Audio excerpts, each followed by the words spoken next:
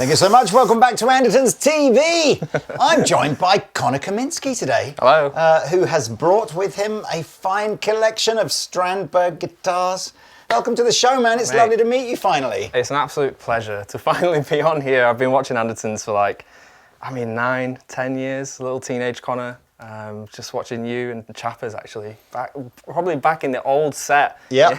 Oh man, it's frightening sometimes watching. You see what you looked like 10 or 12 years ago, and where we were filming, and the gear we used to have to film with. It's mad. But look, likewise, right? We've been following your career over the last few years as one of the UK's kind of. We were talking about this. How would you describe your playing style? I mean, it's rapid and progressive. Yeah, it becomes less and less clear the more I play, and that's crazy, right? I think I would say I really wear my influences on my sleeve. So, like that riff there was very Monuments, Ollie Steele, kind of chippy, choppy, staccato stuff. But I love Dream Theater. I love gypsy jazz. I love orchestral music, and a lot of my new music has got a lot of that stuff in it, and I feel like it's taken a long time for me to go, okay, I'm happy to put all that stuff in one sort of place. In the past, I've always said just stick to the prog metal stuff, just stick to the gent stuff. But more and more these days, I'm just like, whatever sounds right is gonna happen. And I've been writing an album, and that sort of stuff has been coming out, and the album's almost done. So whatever it shapes up to be, I'll leave it to everyone to decide what genre it is, So that'll come out later this year, I'm sure. Well, let's go back then. So how long have you been playing for? 20 years. 20 years. So you were young. Yeah, 20 years. Young starter then, I guess. Yeah, I got a guitar from Argos when I was 8. Right. 28 quid. A little acoustic nylon thing. And it was just, I didn't even know how to tune it. My dad got it me, and I remember I learnt a little lullaby thing or something on it, and then my dad was like, right, we're buying a tuner.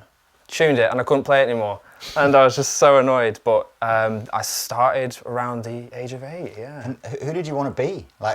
Who were you standing in front of the mirror trying to be at 8 years old? Marty McFly from Marty Back to the McFly, Future, yeah. Fair enough. Yeah. I bet you a few people probably started because of that. Yeah, I think that was probably. But was it more because you like the old rock and roll kind of stuff, or? Ever since I was a kid, I've been drawn towards rock. Anything with drums, actually. Mm-hmm. If it doesn't have drums, I'm not interested, and that happens. That happens even now. So I knew I was interested in rock. My dad listened to U2, listened to The Verve, Depeche Mode as well. Lots of stuff. And I was always drawn towards that. And I just remember when Johnny B. Good starts in Back to the Future, and I was like, I want to be that guy, man. And it didn't matter, the style of music, it was more just the image. The guy on stage looking cool. And that's what I wanted to be, I think, That era, and I suppose we're talking, so we're talking early noughties, aren't we? I don't really recall it being a time where guitar heroes were terribly fashionable. You'd had this sort of big 80s thing where it was very fashionable to be a guitar virtuoso hero. Yeah. And then I think the 90s and the noughties, there was almost like a kickback against that. But who were you, I'm sort of interested as to who was your first, I mean, other than Marty McFly, but who was your first guitar hero, perhaps when you got into your teenage years, that you really started to go, oh wow, this is another level? Matt Bellamy from Muse. Okay. Yeah. Very cool. Yeah, I remember that was my first band that I really, really got into, and I'd learnt a few bits of U2 from my dad, and I was like, right, Dad, enough of the U2. I want to learn some of by myself. I was getting to that rebellious age, 11, 12, and I was like, right, you don't listen to Muse, so I'm going to listen to Muse. I'm going to go and do my own thing. So yeah, Matt Bellamy's playing is so cool. And I remember I had a Line 6 Spider 3 back in the day, and that was the first time I was able to start playing and tweaking to get some of the sounds that I'd never been able to. you twist like some of the pots on it, and it's like, what's chorus? What's flange? You don't know, and it's like insane. I spent a long time on insane when I really shouldn't have. I love that. You know what?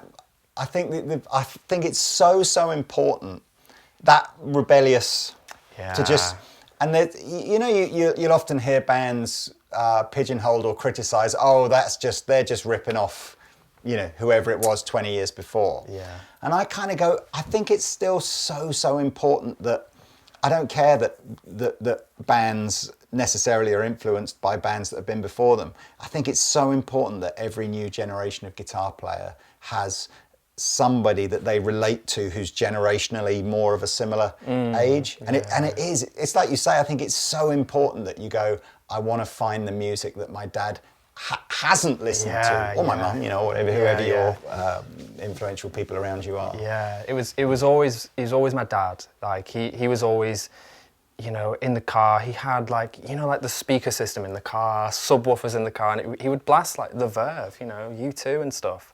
And after a while, I'd wanted to get a bit more extreme in the music I was learning. So, I mean, he might call it a mistake, but he introduced me to Metallica. Right. And that was about the age of 12, maybe.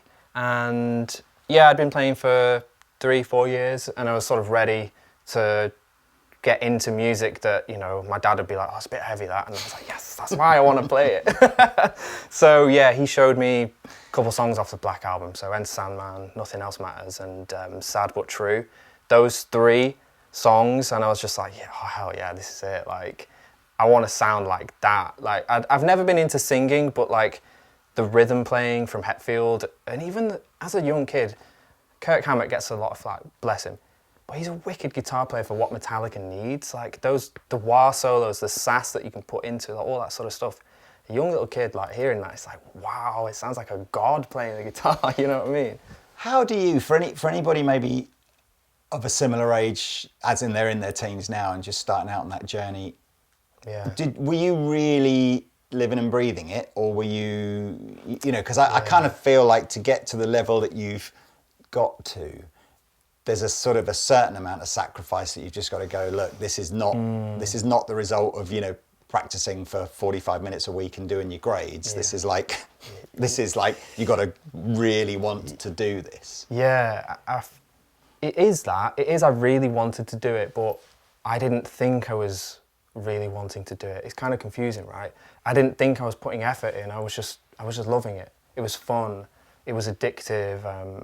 I've got quite an addictive personality, so when I hear a solo that I want to learn, I'm learning it. And if it takes me 6 months, which some solos did, you know, they took me 6 months, then I would go. I would go and go and go. And there are sacrifices. I didn't really do my homework when I really should have, and I didn't really see friends when I probably should have.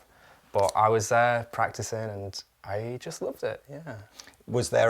Were you having formal guitar education, or were you just trying to learn everything yourself? I suppose you had the benefit of YouTube and other digital kind of tuition stuff coming on stream. I had an absolutely amazing guitar teacher called Adam, back from up north where I'm from, and he taught me basically everything that I know from the age of about 11 to 16. Oh, cool. And yeah, he just one lesson a week, and we went every week, and we learnt a lot of Metallica, and then eventually got into Dream Theater, and that blew my world open. You know, Petrucci. Again, nothing against Hammett, but Petrucci's just like, what is going on? And yeah, that's the only tuition I ever had. I don't have any grades. I do have a degree, but it's just in music. It's nothing specific to guitar. And yeah, just went from there, to be honest. Yeah. How old were you when you just thought, okay, this is not just something I'm going to do for fun now, this is a life calling, I need to make a living out of this?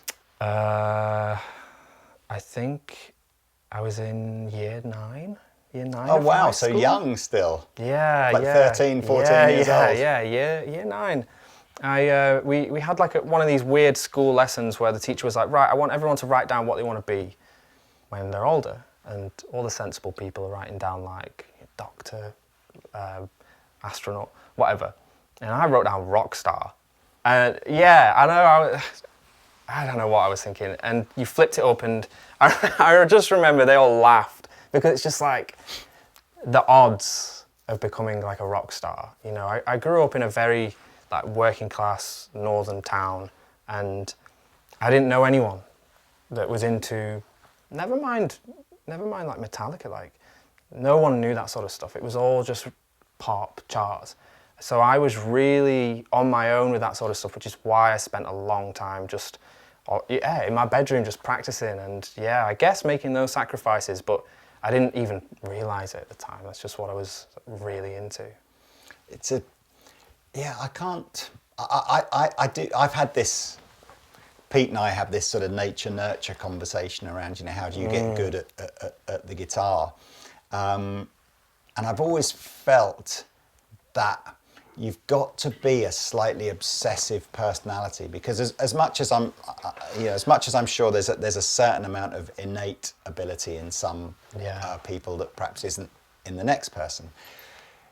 You've got to, because I know, and I do regret it, although you can't have regrets in your life. I regret that I didn't have that dedication. So I would go and see my friends, or just do other stuff, It's all a balance, isn't it? You can only have so much time. Everyone says, I've not got enough time for it, but it isn't that, because we've all got the same amount of hours in the day, and I fully hear what you're saying. I think it's how you allocate them. You've got 24 hours, you're asleep for 8, you're at work at 8, or you're at school for 8. So you've got 8 to do the rest with, and it's a lot of stuff you want to do with 8 hours a day. And for me, probably 4 of them, 5 of them were playing guitar. But then I'm sure people who get to that top 1% level are probably all, I don't believe any of them have gone, I got that good just doing like 20 minutes here and there. There's got to be that level of dedication for a period of time, isn't there? There's such a fine line between dedication, passion, and addiction. And I think maybe passion and addiction are the same thing, it's just a positive and a negative. Because if you put so much resource into something that's good, like this, like a musical endeavour, or if you're a painter, you get really good at painting, it could be amazing, and it can open a lot of doors, and it has so far for me.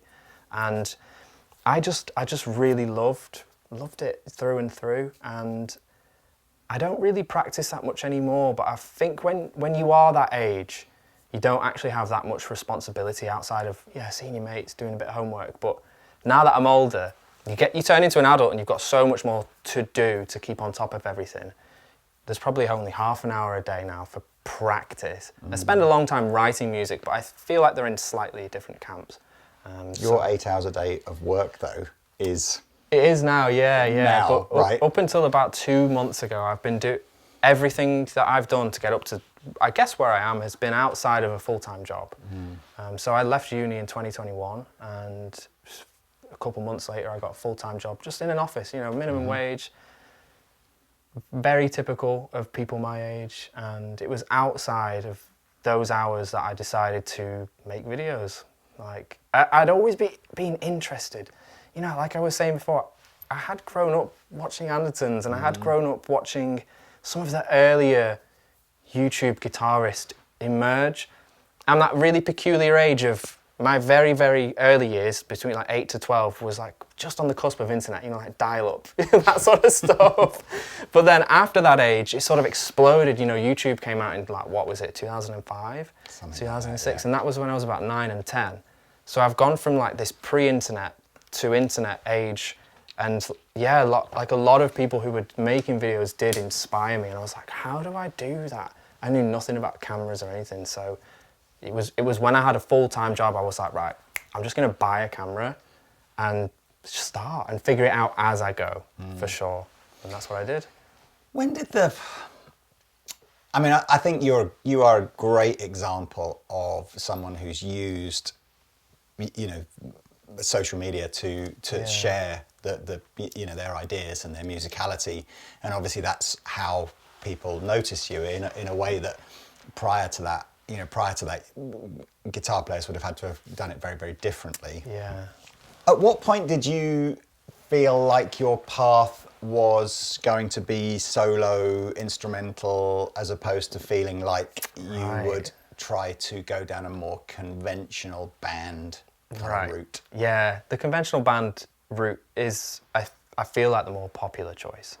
It's probably the more mainstream. Yeah, it's definitely more typical. But as I was saying before, like in my high school, I didn't know anyone. So I didn't, like they're the places that you find the drummer, you find the bassist, you find the second guitarist, and you find a vocalist, and you just get together on the weekends, you make sound. Yeah. I didn't have that, and that's not a bad thing, that's just what happened to me. I just didn't have those connections around me in high school.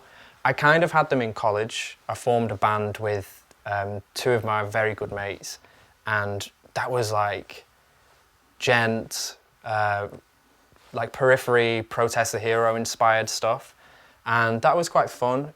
We were just learning to play together. I'd never played with, a drummer before, and I was about 16, 17 and 18, and we did a few shows. I remember, my first gig was at like this really rough pub in Preston, and I turned up and I'm like a 16-year-old with, I think I had like an Ibanez guitar, a little Black Star combo, and I was just like, wow, you have your eyes opened in a way. And then when we start playing, I think everyone's like, oh wow, like we had a guy that was just, he couldn't sing but he could scream, so that's all we did, and that was a load of fun.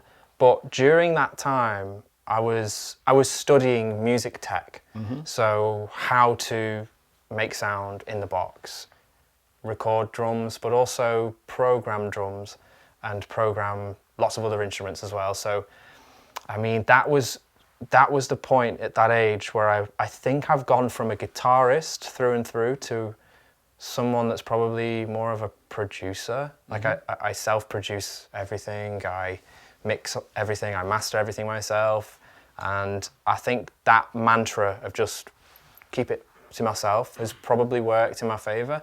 Like making Instagram videos, it's all in-house, it's just in a room in my house. And from start to finish, I do everything. So it means I can just, you would probably say, yeah, control freak. Like, it's... Yeah, you don't come across as like a socially awkward person, but and I hadn't even realised, is all the music that I've been listening of yours all you? Yeah. So just all the parts are either played or programmed? Yeah. And is that just, it's funny, isn't it? Because my greatest, the thing that I think music has brought me the most in my life is the camaraderie of other musicians, but is it a different thing to you? I think it's I've been in bands and I've played functions, I've played pubs, played weddings, and I've played little shows. I used to be in like a country band with my mates, and it was fun. I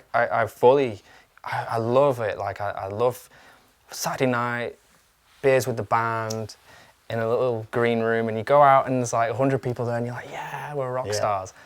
And I think I'd done that for about 3 years, and it felt like there was all this still inside me that I just couldn't play. Like we were playing like country, like I was saying, country music, pop music, rock music, and I was like, is there really have I spent all this time to play country music? And that was always that in the back of my mind, like, how am I going to make it happen? So I just started doing it all myself, and I think over the years, I've started to love the control, like programming drums. I love drums. I'd probably be a drummer in another life, but yeah, just didn't have the space for it when I was a kid, so I picked up guitar. I think that there's definitely something. There must be a perfectionist or something inside of you that just can't cope with just another member of the band not playing it quite how you wanted it played. Yeah, that's probably an element of it. Yeah. But the bandmates I'd had were always amazing. I think I've just grown into that quite independent artist in the truest sense of the word. And just doing it, it's all DIY. Like there's a guy called David Maxim Michik. He's the same kind of boat. He does all the programming he's so good. Like, he's one of the best composers in this sort of scene as well, like the instrumental guitar world. And he, as I've grown older, he and how he leads his life inspires me. You know, at the weekends he spends it with his family, and during the week he programs music and does it all himself. And I really like that sort of vibe. I'm quite a homebody. Right. I like being at home. I like making pizza, and I like cooking, and I like spending time with my partner, and I love getting really nerdy about drums, and that's enough for me, I think, you know. Look, I mean, if you have a sense of fulfillment with what you're doing, then you're winning, right? You know, it doesn't matter. Yeah. I kind of feel like we sort of. You said you got a degree in music. Yeah. That must have exposed you to a whole different scene. You know, again, all of a sudden you're surrounded by lots of people whose passion is music. Which university did you study at? I went to Salford. Okay, so amazing scene then, presumably up there. Yeah, and again, one of my final year assignments was to do like a performance. And the funniest thing with studying a music degree for me is like, wow, this is doing a performance for my last year. It's like, that's not even work, you know, that's just what I love. So that was really fun, and we did get to perform some of the very early like meat and potatoes of what I was trying to get at, like catchy songs with melodies, but it's all guitar, and trying to sort of build on what I was hearing in my head. I've had a lot of frustration in my head because I've never quite been able to capture what's in there into Logic or whichever DAW you might use. And I've been able to get closer to that just with myself. So it's a pretty selfish endeavor, but it has been like really, really rewarding, you know. How do you approach kind of composition? Are you sitting with the guitar and waiting for a lick, or are you hearing a bigger soundscape in your head and it's about trying to put that down? More and more, it's when I'm not playing guitar, I actually have my ideas. I like going for walks, I like going for runs, and I like reading books as well. And I don't really listen to this style of music anymore. Like, I love all of the people in the scene that I would call my friends, and I love what they're doing. But it's kind of like an echo chamber, right? Yeah. You probably feel the same way, where you're trying to write like some blues and all you're listening to is blues. So it kind of just, all the ideas morph into what you're trying to say. So I listen to country music. I love country music.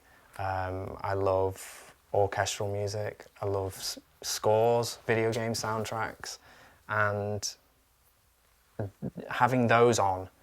And there's elements in there that I'm hearing, I'm like, oh, I love what those violins are doing. Let's try and do that on guitar with drums. You'll probably never have that idea by listening to, like, you know, some of the guys that I do love, like Periphery and all that sort of stuff, you know. So that's where the ideas come from. As soon as I have them, I sit with the guitar, and it's usually like an ambient patch.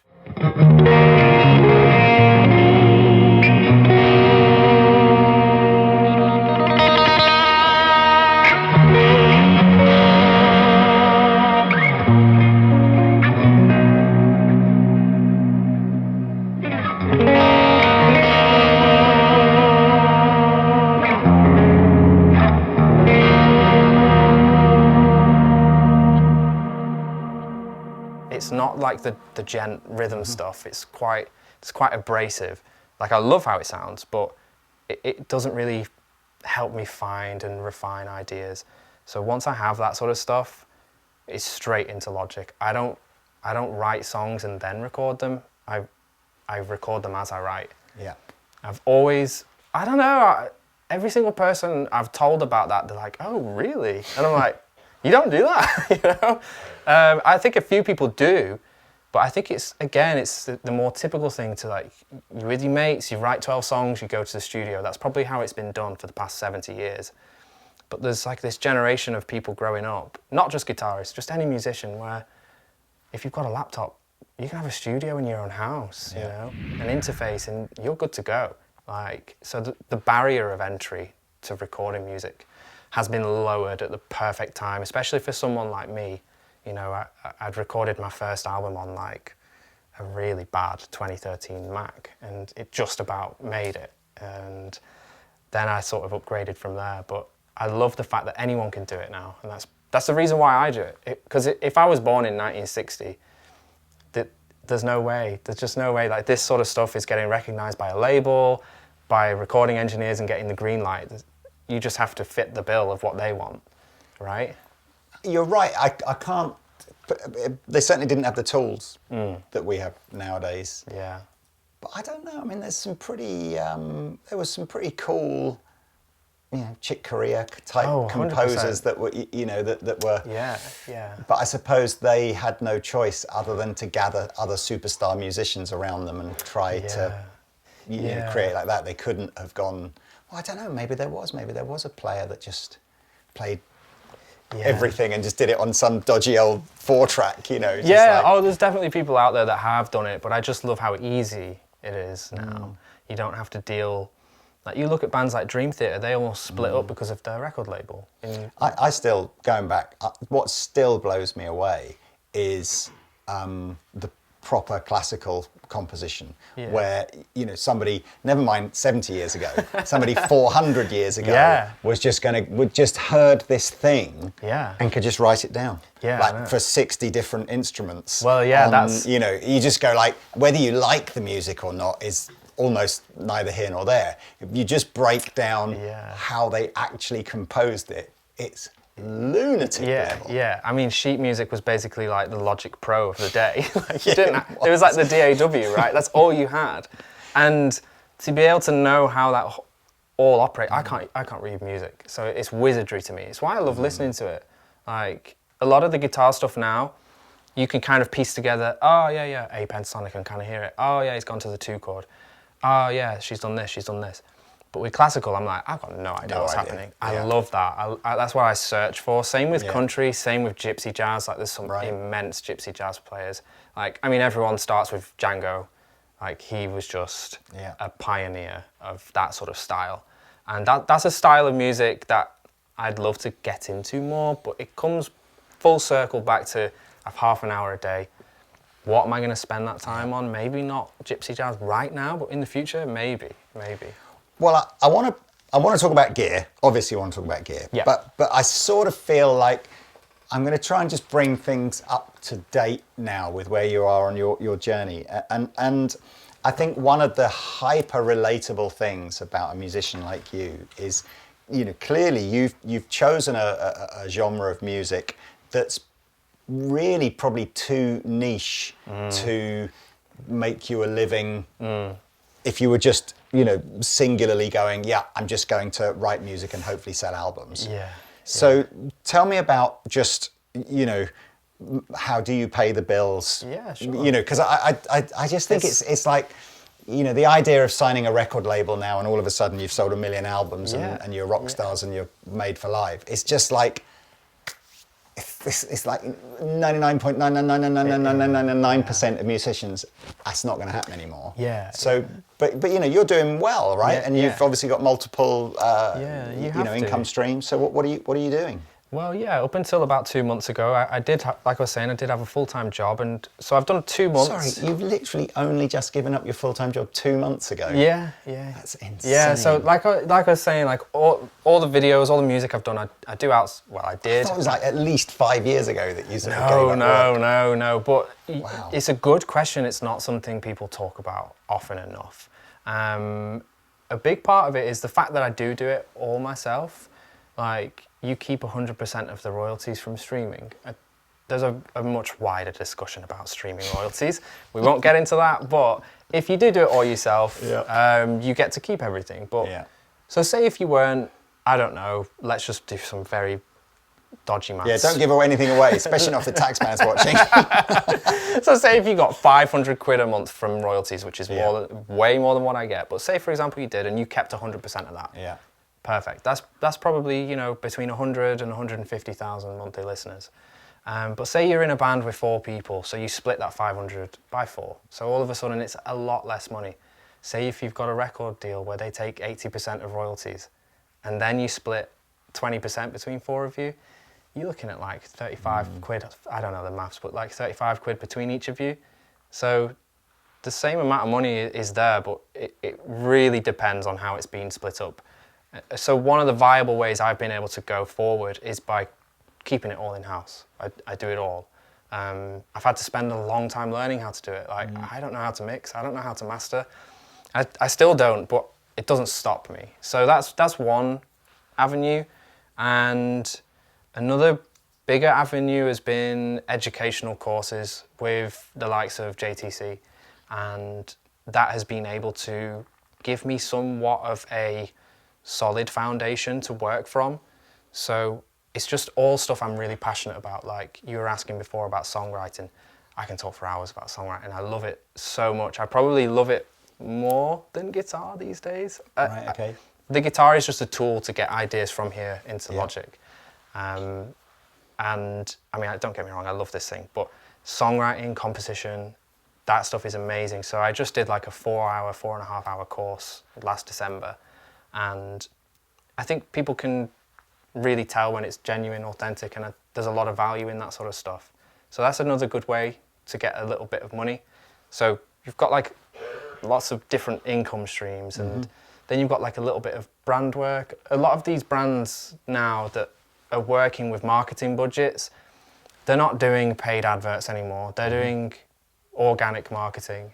So they might have like a few £100 to throw at you and say like, look, we want a really cool video to help us launch a new product we've got. Yeah. And it just comes across so much better than like a paid advert. You know, you scroll down, you just scroll straight past like an actual advert segment of Instagram. But if you see someone you love using a cool new piece of equipment and it's like, check out what I've done with this, it's just come out, and you're like, well, that looks cool, I might check it out myself. So that's another little element of all these little bits of income, but it's still, you know, it's such a work in progress. Like there's so much more that I have to do. And I have really taken a leap of faith by quitting my job.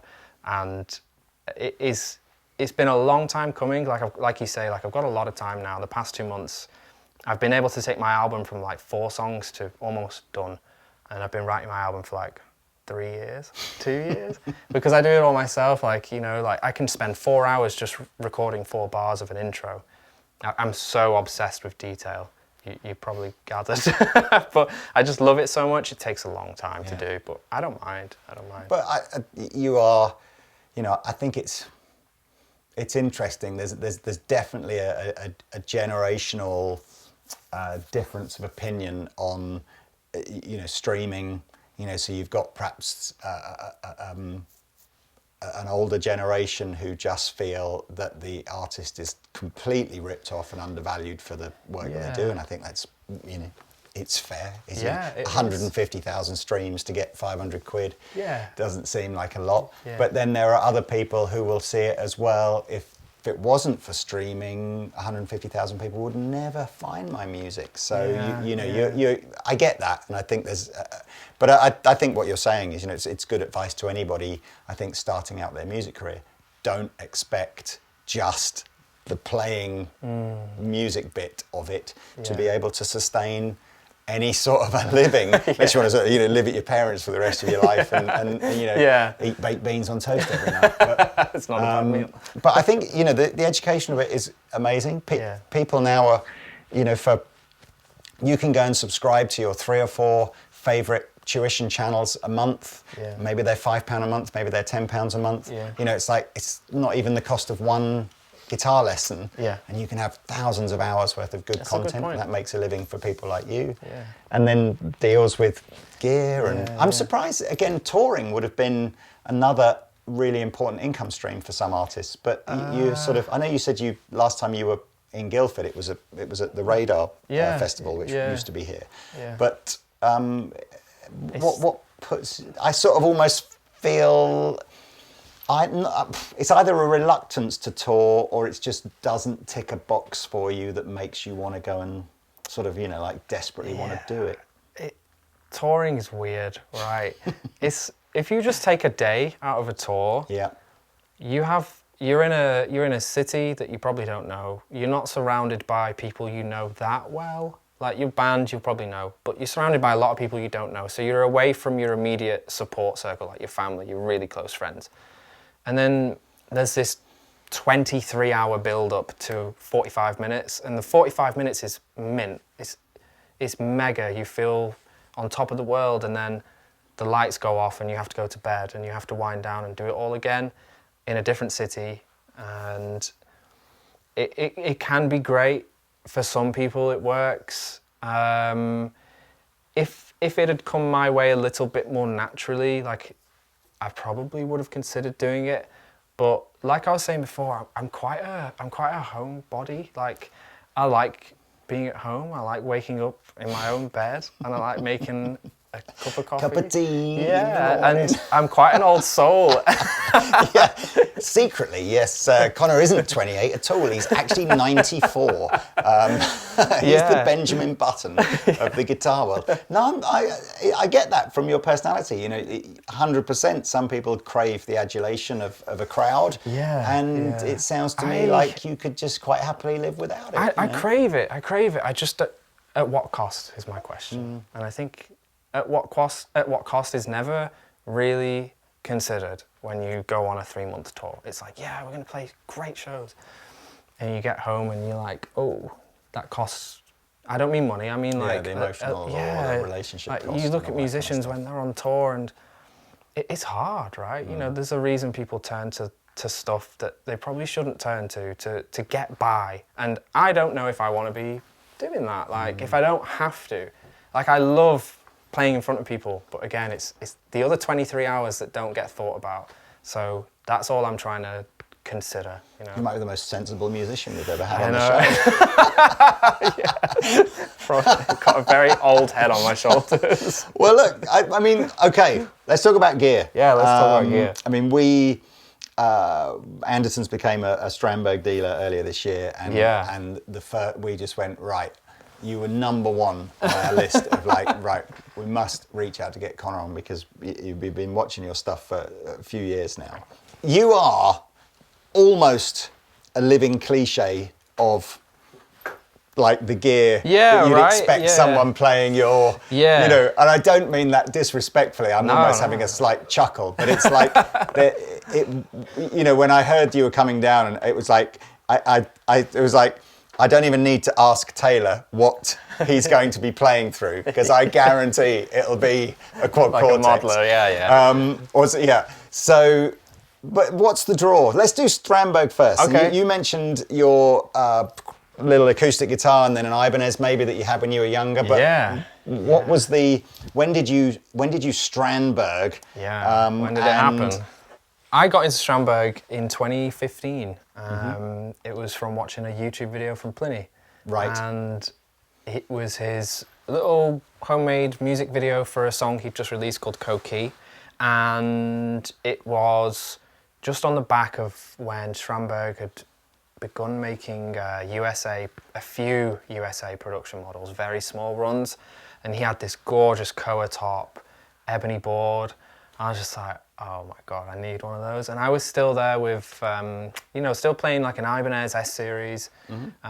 So it was the first like proper guitar that I'd seen that I was really considering about getting. And I never even thought like headless. I'd grown up with Strats, I'd grown up with Ibanez, I'd grown up playing all that sort of stuff. I even had a Kirk Hammett signature for a while. I did sell it, but yes, I had it for a while. That was my first Floyd Rose, and I immediately snapped a string tuning that thing at the headstock, but yes, a story for another time. So got into these at 2015, and I did the most insane thing ever. Just bought one off the website. I saved up all my student loan for a year and a half. They just released the very first sort of overseas production models. They were literally called Bowden OS. And they were 1,500, there or thereabouts. And I was like, great, one I can afford. Because up until that point, it was all built by Ola, custom order, 4,000. I was just like, look, there's no way. So, but what aspects of it were you hoping it would unlock in terms of your playing? I mean, how much of the sort of, you know, if you take the sort of the Pliny-inspired guitar player, great player. Oh, wicked player. Love him to bits. And has influenced obviously many other kind of players. Yeah. And I wouldn't have said that he's necessarily, you know, there are other progressive players that play slightly more conventional guitars. Yeah. But what did you think was going to happen? Because correct me if I'm wrong, so you bought one having never played one. Yeah.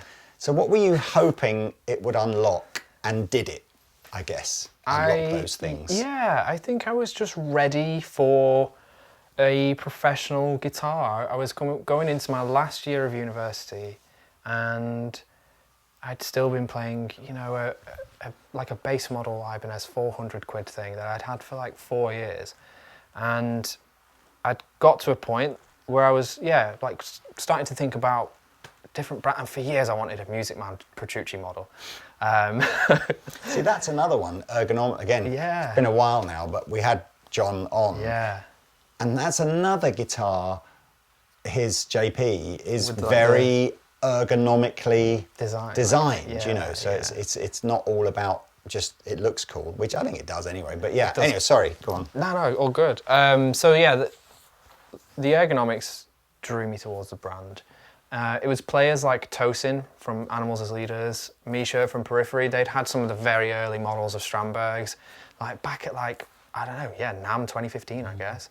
And that was, a few of those videos went viral on YouTube, and you know, you see all these modern players and you aspire to be like them. And I'd be lying if I said there wasn't a little part of me that was like, if I got the guitar, maybe I'd be like them.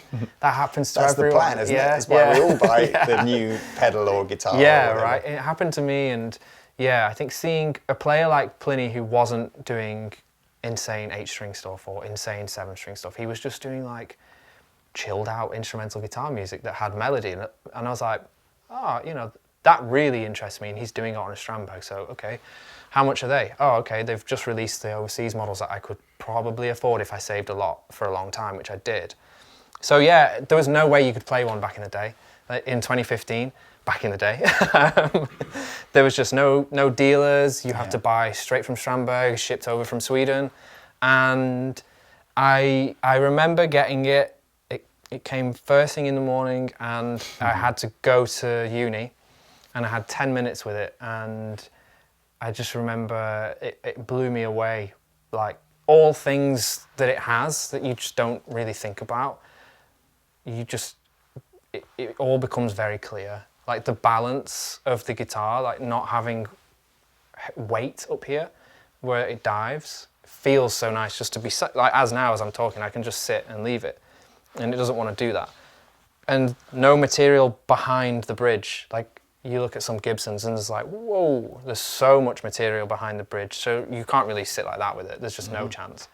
And that's an amazing thing. Like I'll sit and play like this for hours and hours. The neck as well.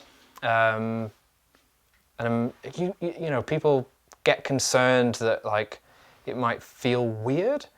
I think to anyone who is unsure whether like a Strandberg would be for them, just play one, come and try one. I didn't have that opportunity in 2015, but I mean, luckily I loved it. Like I fell in love with the design, but you can come and just play one now anywhere. And it's so nice that people can have that and just experience what it's all about. I think people like to focus on single elements, like they focus on the Endure neck or they focus on the body shape. I think it all actually works. You know, even the proprietary hardware, I love the fact that it isn't like a hip shot. It's actually been designed for the Strandberg purposefully, you know, and some people say like the hardware is a little bit fiddly, but I mean, I think I can change strings faster on this than a regular guitar. I was pleased when I first looked at these, I was pleased that it wasn't using a double ball end system. Oh yeah, right. Because the headless guitars I remember from like the Steinberg and stuff, was just like all very well, clever system, but it's like how many local music shops stocked the double ball end strings? Like none. Yeah. But no, I am fascinated by this because again, I'm going to leave you and Pete to do the sort of the more technical side of the sort of the ergonomics of it, but I think it's very easy to just superficially assume that this guitar is for a guitar player like you or Pliny. Yeah, right. And I think what is probably for me actually the most appealing about it is how much it corrects your posture as a guitar player. As someone at the moment who's actually starting a course of physiotherapy this evening because I'm so bent out of shape, and I'm sure it's part of it is sitting at a desk at work all day long and also playing guitar like this. Yeah. So, you know, it's quite amazing. And you're right, the Endure neck, I think I played one of these very, very briefly at NAMM when Roland and Boss did like their sort of signature version about 7 or 8 years ago, 5 or 6 years ago. Yeah.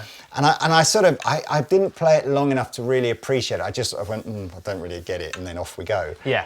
And then since we've had them, and you realise that it doesn't stop you playing completely with all your bad habits that you've developed over years and years of playing Strats and Les Pauls and stuff like that. Yeah. But it does kind of get, you know, there is a certain amount, if you do want to play more of a, I don't know, like a, not even a legato style, but if you're trying to just improve your technique in terms of speed or, you know,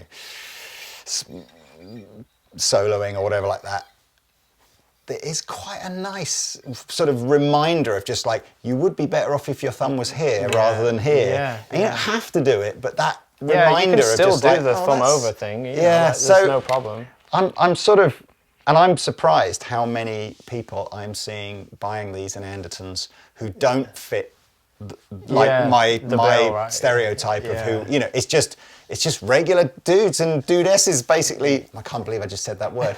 It's like so 80s. Just basically going, I'm going to give this a try because it looks like it might resolve an issue I have with conventional guitars. I had a friend of mine who literally bought one because he wanted to play guitar on the sofa. And he literally just wanted to sit like this, watching his TV and just practicing. And he couldn't do that with his Gibson, you know, because he had back or shoulder problem. Because, you know, the other thing with these is they weigh like 2.2 kilograms or something insane. And you're right, at the end of the day, it's wood and a bit of metal and some strings and some magnets on it. And it sounds like a guitar. And all guitars sound like guitars. It's just shaped a bit differently. Like, we're so funny as guitarists. We're still, I won't say stuck, but we enjoy the designs from 1950. The chords they do, like Strats, you know, Les Pauls, they're great. But if you look at other technologies, like that have sort of, you know, progressed at the same rate, like you look at car design, like anything, everything is anything. Like, and the music industry is unique in its sort of obsessed reticence with that, like, to move forward. Yeah, it's obsessed with that, like vintage, like golden era. I get it, it's cool. It's what I grew up with. But I feel like even some people see this and they think, oh, no. But again, just play one. Close your eyes and play one. And I think you probably fall in love with how it feels and how there's so many quality of life changes that you're like, God, I like the flat fretboard radius. I like the stainless steel frets. You know, again, with the weight. And I like how all of this is laid out, and even the tiny details like the fret markers, how they're on the top on this side but on the bottom on this side, because you're more often going to play the thin strings up on the top at the high end. And it's just those little details. Every single step has been thought out, and I like design, so I really found myself appreciating everything about it, you know.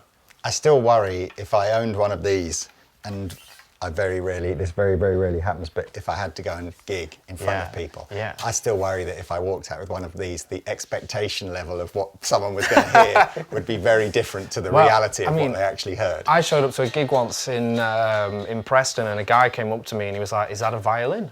And I was like, so that's the kind of crowd I was dealing with, you know, like 60, 70-year-old pub regulars. They've never seen, it literally looks like an alien spacecraft. And they're like, what are you going to play on that? You know? But it is undoubtedly the most innovative, well thought out new guitar of the last 50 years. You know, everything else is just somebody basically going, I'm just going to try and come up with an aesthetic that looks nice. But Ola has actually tried to address some really, really fundamental issues with playing traditional style electric guitars. And you know it's a successful design because a lot of other brands are dipping their toes into the headless market now.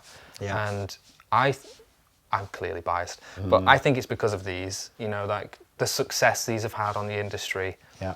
Other brands are thinking, oh, how can we adopt our models to be headless and stuff and take it from there? And I think that's a good sign of success. They're really resonant. Anyway, look, tune in, subscribe now, because obviously that'll be another video for another day. Let's talk about the Quad Cortex. Yeah. Were you modeling from day one? Like, as in, have real amps, there's me showing my subconscious bias. You know, have traditional style guitar amps never really been something you've played? I grew up, like I was saying, like with the Line 6 little spider thing. I'm not entirely sure that counts, but okay. I did have a little Black Star HD5. Yeah. Little 2-channel thing, and I gigged that a little bit, and then I moved towards the modelers. I had a tiny little pedal called an amplifier, atomic amplifier. Yeah, I remember those. Yeah, absolutely. We sold those for a while. Yeah, I bought it from Andertons. And then after that, it kind of, you know, the technology had improved. This sort of came around. Even before this, I was using plugins. It was like, you know, Neural DSP have always been leading the way with plugins. Yeah. Like the Nameless plugin was the first one I used. And every single release subsequently, it's just better and better. And it ties into that whole thing I was saying before with that barrier of entry, that ease of use. You know, I'm just a guy at home with a computer and a laptop, and if I can boot up a £4,000 amp, you know, in the form of a £100 plugin and have record-ready tones, what can I argue with? Like, it sounds just as good as the real thing in the context of like a piece of music, or like if you were to play it live, the crowd's not going to be able to tell. Oh, I can't wait for the video you do with Peter Norrie next. But I'm saying some spicy things. I think that's the I don't know. Well, I agree. I agree. It's about the feeling in the room anyway. No, and I think that's the common thread now is that you've got guitar players that grew up playing amps like this because that was all that existed. Yeah. And then I think you've had more recently, in the last 10, 15 years, you've had guitar players grow up playing plugins. Yeah. Because, and I get that, because why wouldn't you rather want to have a piece of software that sometimes is free or at least hyper affordable, you know, with a zillion amp sounds on it rather than the one little guitar amp that you get with your starter pack. I get that. Yeah. And then this type of product, I think, is people are coming at it from both ways. So you've got people with plugins going, oh, okay, so this is how I gig it, right? Yeah. And then you've got people from this side going, I don't know if I want to carry something as big as that round. Right. So, you know, and they're sort of converging on that. Yeah. I mean, are you using either Neural plugins or the Quad Cortex for pretty much everything in the studio now? Yeah, it's a mixture of the two. I usually run a few tones from the Quad, like all of my main rhythm tones are the Quad, and then a lot of the ambient stuff and weird sounds is Archetype Rabea, and some of the other bits and bobs I'll use. I kind of dip into all of them. It's good that you can do that. It's kind of like having a suite of amps that you can pick and choose from, and sometimes I combine them. I might take an overdrive from Archetype Pliny, put it in front of the Victory stuff in Archetype Rabea, and I like experimenting with that sort of stuff. I like having a play, and sometimes I'll even throw overdrives from this in front of one of the plugins. Like my main rhythm tone on this is a capture of an Omega granifier. Which is like a super... That's the Mick Thompson Omega stuff, isn't it? I think it's Mike Stringer from Spirit Box. Oh, is it? Yeah, so really boutique amps, super heavy dialed tones. That's why I'm drawn to them. But in front of it, it's got a capture of my precision drive. Right. And then it's into a few other things, and then I've even got a capture of a clon that's for the lead tone specifically. So there's no way you'd be able to build that without busting the bank. You know, like a granifier is $3,000, and then let's not talk about the Klon and stuff. Yeah, let's not talk about it.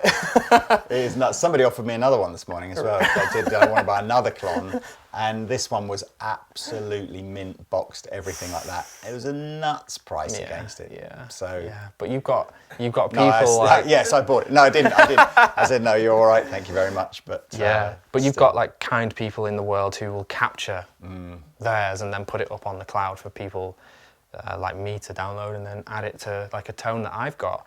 I just love that sort of approach to it. I like having it all in here. I can just plug it in, turn up, and the sound is consistent.